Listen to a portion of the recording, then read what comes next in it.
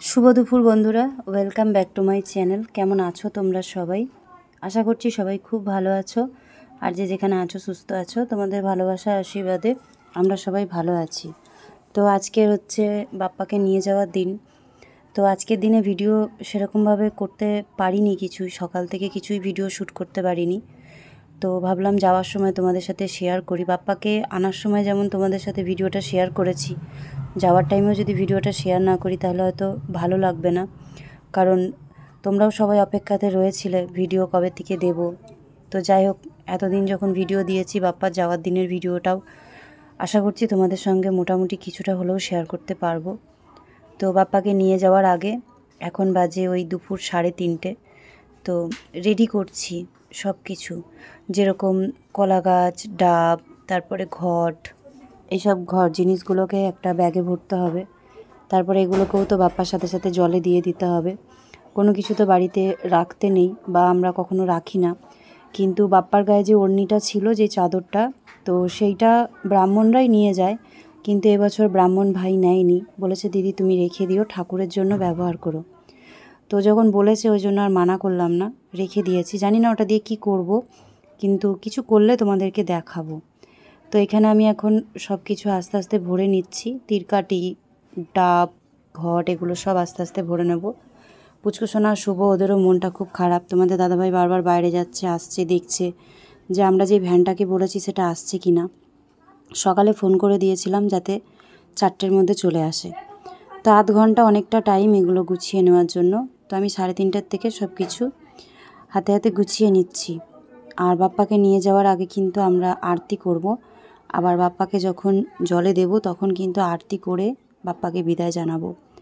তো সব কিছু যদিও শ্যুট না করতে পারি, যতটুকু পেরেছি ততটুকু তোমাদের সাথে শেয়ার করব। তো ভিডিওর শুরুতেই সবাই একটু আমার সাথে বলো, গণপতি বাপ্পা মৌরিয়া, মঙ্গল মূর্তি মৌরিয়া। আর আসছে বছর বাপ্পা তাড়াতাড়ি এসো, এটাই আশা করি। আর ভালোভাবে যেন তোমাকে আনতে পারি, এটাই আমি প্রত্যেক বছর ঠাকুরের কাছে প্রার্থনা করি। আর আমাদেরকে যা দিয়েছো, যেভাবে দিয়েছো, আমরা যেন তাই নিয়েই ভালো থাকতে পারি। তো যাই হোক, সব কিছু সিঁদুর টিঁদুর সব কিছু রং নামিয়ে দিচ্ছি, কারণ বাপ্পাকে ওঠানোর সময় এগুলো হয়তো নিচে পড়তে পারে, আর এগুলো যদি পড়ে তাহলে পা তো লাগবেই, আর সেটা ভালো নয় কারোর জন্যই। তো ওই জন্য এগুলো সব পরিষ্কার করে দিচ্ছি। আর শুভ পুচকুসোনাও আমার সাথে কিন্তু পরে আস্তে আস্তে এগুলো সব করে দিয়েছিল। তো তোমাদেরকে এর মাঝখানে আমি একটা কথা বলি, যেটা হয়েছে আমাদের সাথে। তো তোমরা একটু পরে দেখতে পারবে যদি লক্ষ্য করো, আমি ভিডিওতে নিজেও কিন্তু কথা বলেছি ক্যামেরা অন করে, পুরোটা ভয়েস ওভারে করিনি। তো আমাদের গেটের পাশে যে নীলকণ্ঠ গাছটা লাগানো ছিল, তো আজকে প্রচুর পরিমাণে রোদ উঠেছিল, যেটাকে বলে যে খরানি। একদম রোদে তেতে যাচ্ছিল সকাল থেকে দুপুর পর্যন্ত, মানে ঘামের উপর ঘাম, রোদ্দুরে বেরোনো যাচ্ছে না, চোখ দিয়ে বাইরে তাকানো যাচ্ছে না, এত রোদের তাপ ছিল। তো সেই জন্য আমরা খুব একটা আজকে কেউ বাইরে বেরোয়নি, সবাই কর্কেটের ঘর, পাকা ঘর, এরকমই আপ ডাউন করছিলাম, এই ঘর ও ঘর যাতায়াত করছিলাম। তো তারই মধ্যে হঠাৎ করে আমাদের যে বাড়ির সাথে নীলকণ্ঠ গাছটা আছে, গেটে ঢুকতেই সেই গাছটা আজকে হঠাৎ করে শুকিয়ে গেছে। তো প্রথমে বুঝতে পারিনি, হয়তো ভেবেছি গরমের জন্য জল পাইনি সারাদিন, তাই হয়তো খরানির জন্য গাছটা শুকিয়ে গেছে। কিন্তু তোমাদেরকে দেখাতে পারিনি, দেখালে হয়তো তোমরা অনেকেই বুঝতে। গাছটার নিচের যেই গোড়াটা, সে গোড়াটা যে এমনভাবে কেটে গেছে, না নিচে শিকড় আছে, না গোড়ার নিচে কোনো রকমের কোনো কিছু কাটার দাগ আছে, একদম সমান হয়ে গেছে। আর গাছটা নিজের থেকে শুকিয়ে গেছে। হঠাৎ করে গাছটা এরকম কেন হলো জানি না। নীলকণ্ঠ ফুল ভরেছিল গাছে, সেই গাছটা মারা গেল। মানে এতটা খারাপ লাগছিল, একদিনে দুটো জিনিস, যেগুলো মানে সহ্যের বাইরে। কিন্তু কিছু করার নেই, কেন হলো, কিভাবে হলো। আমরা তো সবাই বাড়িতেই ছিলাম, কেউ বাড়িতে আসেও নি যে কেউ টান দিয়েছে গাছ ভেঙে গেছে, এমনটাও নয়। কিন্তু যাই হোক, এখন আর কিছু করার নেই। তো আমি যখন অরিজিনাল ভয়েসে কথা বলবো তোমাদের সামনে ক্যামেরায়, তখন তোমরা দেখো, তাহলে বুঝতে পারবে গাছটা একদম শুকিয়ে গেছিলো। মনে হচ্ছে যেন গাছটার মধ্যে কোনো জীবন ছিলই না কখনো। আর গাছটা কোথায় লাগানো ছিল সেই জায়গাটাও খুঁজে পেলাম না, কারণ আমাদের বাড়িতে তোমরা দেখেছো যে কিছুদিন আগে ঢালাইয়ের কাজ হয়েছে উঠোনে। তো তখন নীলকণ্ঠ গাছের পাশে ওই জায়গাটায় ঢালাই করা হয়েছে, যেহেতু বেসিনের পাইপ লাগানো ছিল। তো সেই জায়গাটাই খুঁজে পাওয়া যাচ্ছে না, নীলকণ্ঠ গাছটা কোথায় লাগানো ছিল। সব জায়গাটা সমান হয়ে গেছে একদম। তো যাই হোক, এখন পুচকুসোনা শুভ দুজনাই বলছে যে আমরা হাতে হাতে তোমার করে দিই, কারণ এখনও অনেকটাই কাজ আছে, সব কিছু গুটাতে হবে। তো শুভ পুচকুসোনা ওরা আবার আমাকে একটুখানি হেল্প করে দিচ্ছে।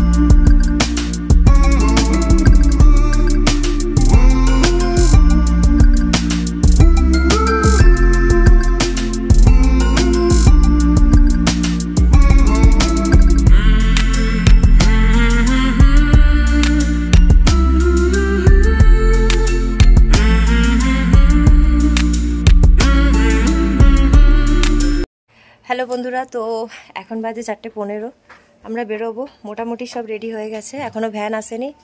ফোন করেছিলাম, আঙ্কেল এখনও বেরোয়নি। আঙ্কেল বাজার থেকে এলো, ভাত খাচ্ছে, খেয়ে তারপরে আসবে। তো পুচকুসোনা ওরা আবার গেছিলো দেখতে ভ্যান আসছে কিনা, ভ্যান এখনও বেরোয়নি, আসবে আমাদের এখানে, খুব একটা দূরে নয়। যখন আমরা ঠাকুর আনলাম তখন যেই ভ্যানটাতে এসেছিলাম সেই ভ্যানটাই।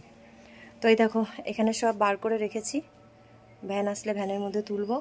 আর পাড়ার থেকে দুটো বাচ্চা যাচ্ছে, যেই বাচ্চাগুলো আমাদের বাড়িতে খাওয়া দাওয়া করেছে পুজোর দিনগুলোতে ছিল প্রত্যেক দিন। আর আমাদের আজকে যে গ্যাসের ওভেনটা নিয়ে এসেছে, আর নতুন একটা পাইপও নিয়ে এসেছে, তোমাদের দাদাভাই লাগিয়ে দিয়েছে সিলিন্ডারে, বিকালবেলা লাগাবো। ভিডিও করতে গিয়ে খুব অসুবিধা হচ্ছিল, থেকে থেকে ভিডিওগুলো কেটে যাচ্ছে, কারণ আমার মানে ক্যামেরা পুরো ভিডিও করে করে গ্যালারি পুরো একদম ফুল হয়ে গেছে, কারণ পোস্ট করিনি তো এতদিন ভিডিও। আজকের থেকে আবার ভিডিও পোস্ট করছি, তোমরা দেখেছো অবশ্য আগে। আমি এই সোমবার থেকেই আবার ভিডিও পোস্ট করা শুরু করেছিলাম, পুজোর মধ্যে ভিডিও বন্ধ ছিল। তো এই যে দেখো বাপ্পার পাশ থেকে কলা গাছগুলো সরিয়ে দিলাম, কারণ সাথে নিয়ে তো ওঠানো যাবে না ভ্যানে।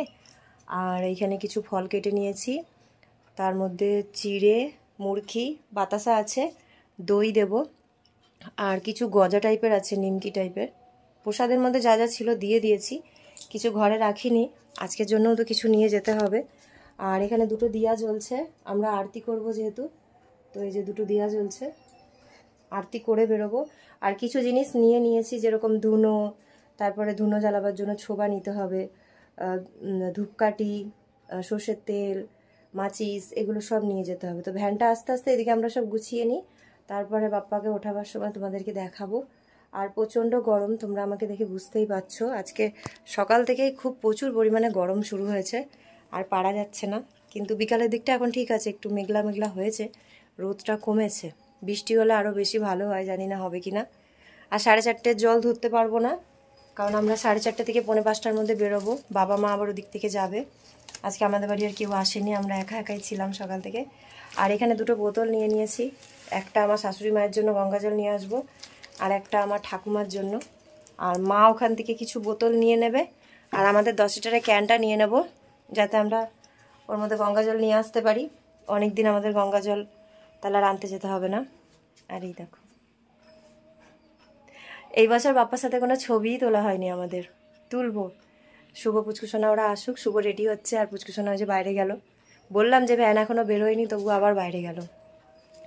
আর আমাদের ওই যে মিনি ছোট বক্স, ওটাকে বাজাবো, ওটাকে চার্জিং দেওয়া হচ্ছে, পাওয়ার ব্যাঙ্ক চার্জে দেওয়া হচ্ছে। এখন আমার ফোনটাও একটু সময় চার্জে দিই, নাহলে তো ভিডিও শ্যুট করতে পারবো না, তোমাদের সাথে কিছু শেয়ার করা হবে না। তো চলো এখন আমি রাখছি, আমরা যখন বেরোবো তখন আবার ব্লগটা শুরু করব। জানি না কতটা বড় দিতে পারবো, কারণ কাল থেকে আমাদের কারোর মন মেজাজ ভালো নেই, যেহেতু বাপ্পা চলে যাবে। তো আজকে তো বেরোবার টাইমে আরও বেশি মন খারাপ করছে। আর হ্যাঁ, এইখানে কিছু রং আছে, আবির, এই দেখো কিছু আবির আছে, এগুলোও নিয়ে নেবো, সবাই একটু মুখে টুখে লাগাবে, একটু রং খেলবে, সবার ভালো লাগবে। তো চলো এবার ফোনটা চার্জে দিই, পরে আবার দেখা হচ্ছে। 4টের সময় আমাদের বাপ্পাকে নিয়ে যাওয়ার কথা, সেখানে আমরা বেরিয়েছি সন্ধে 6টার সময়। আমরা যাকে বলেছিলাম বাপ্পাকে নিয়ে যাওয়ার জন্য আসতে, সে আসেইনি। অপেক্ষা করতে করতে তারপরে আমরা নিজেরাই বেরিয়ে পড়লাম বাপ্পাকে নিয়ে। তো তোমাদের দাদাভাই ভ্যান চালাচ্ছে। আর আমরা যেই মিষ্টির দোকান থেকে মিষ্টি নিই আমাদের বাড়ির কাছে, তো সেই জেঠুদের কাছ থেকে ভ্যান নিয়েছি। তারা দিয়েছে ভ্যানটা, তো সেই ভ্যানটা তোমাদের দাদাভাই ঠেলে নিয়ে আসছে আর পেছনে আমরা আছি। তো যেভাবেই হোক বাপ্পাকে নিয়ে বেরিয়েছি। তো এক জায়গায় দাঁড়ালাম, খুবই গরম। আর এখানে বাবা যেহেতু মালপত্র নিতে আসে, একদম মার্কেটের সামনে আছি। তো বাবার যে মালিক, তো সে দেখতে আসবে, বাপ্পার দর্শন করতে আসবে। কিছু কারণের জন্য আমাদের বাড়িতে আসতে পারেনি, তো বললো রাস্তাতেই দর্শন করি। তো ওই জন্য যাওয়ার সময় তার জন্য দাঁড়িয়ে আছি, সে দর্শন করবে, তারপর আমরা আবার এগোবো। তো এখন যাচ্ছি, মোটামুটি কাছেই চলে এসেছি, আর 2-3 মিনিট, তারপরেই বাপ্পাকে আমরা বিদায় জানাবো। তো সেই মুহূর্তগুলো ভিডিও করাটা একদমই সহজ হয় না, বা কারোরই সেই টাইমে ক্যামেরা অন করে ভিডিও করার যে একটা ইচ্ছে সেটা কারোর থাকে না। তো যাই হোক, তখন আর ভিডিও করতে পারিনি। তো তারপরে আমরা একবারে বাড়িতে এসে আবার ভিডিওটা শ্যুট করছি। তো এখানে চিড়ে, মুরগি, দই, ফল সব কিছু একসাথে মেখেছিলাম। প্রসাদ মোটামুটি সবাইকে দেওয়া হয়ে গেছে। আর তারপরে এই যে এই কটা নাড়ু আর তার সাথে চিড়ে মুরগি রয়েছে, আমরাও খেয়েছি। তো আজকের ব্লগটা এখানেই শেষ করলাম। এরপর আর কোনো ভিডিও করতে পারিনি, আর করার মতন কিছু ছিলও না। তবে গঙ্গা মাটি তুলে নিয়ে এসেছি বাপ্পাকে বিসর্জন দেওয়ার পরে, আর সেইটা নিয়ে আসার পরেও কিন্তু আমরা বাড়িতে আরতি করেছি, এটা করতে হয়। আর লাল শালু কাপড়টার মধ্যে চাল আর পয়সা আছে, এটা বাড়িতে রেখে দিতে হবে আমাদেরকে।